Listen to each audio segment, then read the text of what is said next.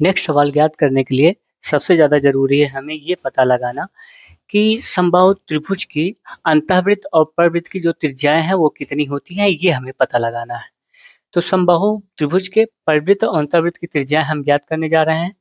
एक यहाँ पे देखिए, एक त्रिभुज क्रिएट कर लिए, ठीक है, जो क्या है, समबाहु त्रिभुज है। इसको हम ए मान लेते हैं, इसको बी, इसको सी।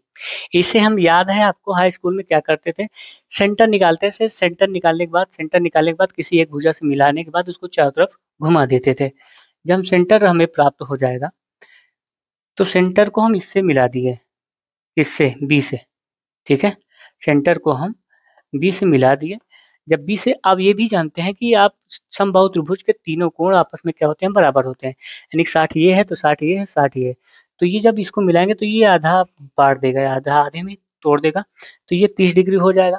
जब यहाँ से हम इसको घुमाएंगे, चाप लगाएंगे, तो ये देखिए एक त्रिभुज का निर्माण हो, परिवृत्त का निर्माण हो रहा है। एक परिवृत्त का निर्माण हो गया। परिवृत्त का निर्माण होने पर देखो यहाँ से एक लंब डाल दिए, ये भुजा ए थी, ये भुजा ए थी, ये भी भुजा ए थी, तो ये आधी हो जाएगी a/2, a/2 ये भी हो जाएगी। अब यहाँ देखिए, इसको O मानते हैं और इसको D मान लेते हैं। त्रिभुज OBD में इसको हम ज्ञात करेंगे। तो हम जानते हैं कि ये देखो, जब हम त्रिकोणमिति पढ़ते थे तो लाल बटे कक्का का फॉर्मूला याद करते थे। ये साइन थीटा है, ये कॉस थीटा है, ये टेन थीटा है, ठीक है। तो हम यहाँ क्या करेंगे, कॉस थीटा, हमें क्या ज्ञात करना है, हमें कैपिटल R ज्ञात करना है। कैपिटल R ज्ञात करना है, इसकी परिवृत्त की त्रिज्या ज्ञात करनी है। तो ये ज्ञात करने के लिए हमें ऐसा चाहिए जिसमें आधार भी हो और कर्ण भी हो। तो यही है जिसमें आधार और कर्ण है। तो कॉस 30 अंश बराबर कितना हो जाएगा, आधार बटे कर्ण।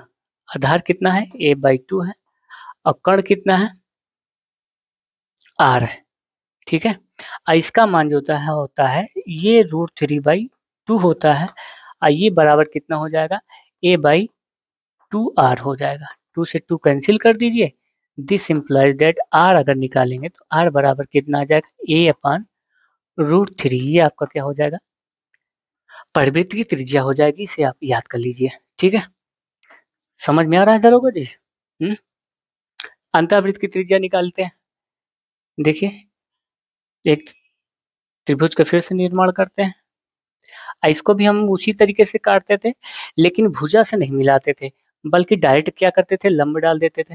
लंब डालने के बाद जो यहाँ लंब पड़ता था सेंटर से, उसकी दूरी लेके एक अंतःवृत्त का निर्माण कर देते थे। तो यहाँ हम लंब डाल देते थे, और उसके बाद लंब डालने के बाद एक अंतःवृत्त का ऐसे, जो तीनों भुजाओं को ऐसे स्पर्श करती रहती थी, एक अंतःवृत्त का एक निर्माण कर देते थे, जिसे हम क्या बोल दिए, स्मॉल r। ये आपका क्या है, O हो गया, ठीक है। ये आपका O हो गया, ये A है, ये B है, ये आपका क्या है, C है।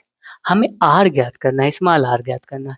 और यहाँ से यहाँ तक की ये दूरी मिला दिए, इसका हम क्या कर लिए, ये भी आधा हो जाएगा एंगल का, तो ये 30 डिग्री हो जाएगा। क्योंकि तीनों कोण आपस में क्या होते हैं, बराबर होते हैं। a/2 हो जाएगा, ये भी a/2, ये A है, ये A है। अब यहाँ समझिए, फिर वही फॉर्मूला लाल बटे कक्का वाला, जिसमें आधार भी हो और लंब हो, यही हमें ज्ञात करना है। आधार हो, लंब हो, लंब हो, आधार हो, यानी कि tan थीटा। tan थीटा बराबर कितना हो जाएगा, लंब बटे आधार। tan कितना है, 30 अंश है। tan 30 अंश है, tan 30 अंश है, बराबर कितना, लंब बटे आधार, यानी कि लंब 3 है, सॉरी r है, आधार कितना है, a/2 है। ये देखो tan 30 अंश का मान जो होता है 1/√3 होता है, बराबर ये कितना हो जाएगा, देखिए 2 ऊपर चलाएगा जाएगा, 2r/a हो जाएगा। अब a से इधर गुणा करेंगे, 2 से इधर, तो this implies that small r बराबर a/2√3। ये आपका फॉर्मूला निकल के बाहर आ गया। अब आपको इतना समझना है, ठीक दरोगा जी। देखिए, परिवृत्त का अगर ज्ञात करना हो समबाहु त्रिभुज का, तो r बराबर क्या करेंगे, a/√3 कर देंगे। अगर परिवृत्त समबाहु त्रिभुज के अंतःवृत्त की अगर त्रिज्या ज्ञात करनी हो, तो स्मॉल r बराबर a/2√3 कर देंगे। इतना आप सब कॉन्शियस माइंड में बैठा लीजिए। जब भी ऐसे सवाल आए, इसे हम ऐसे ही निपटाते हुए आगे बढ़ेंगे।